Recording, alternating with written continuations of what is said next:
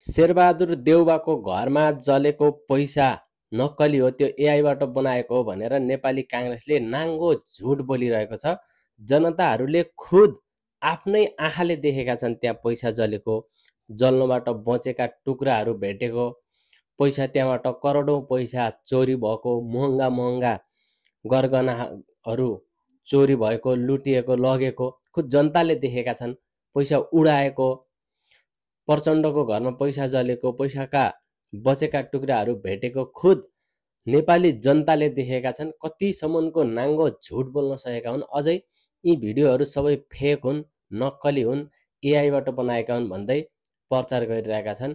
यतिसम्मको नाङ्गो झुट बोल्न सक्ने नेताहरूले देशको हितमा काम गर्लान् भनेर हामी जनताले कल्पना गर्नु नै यो 30-35 वर्षको सबैभन्दा ठुलो गल्ती भयो।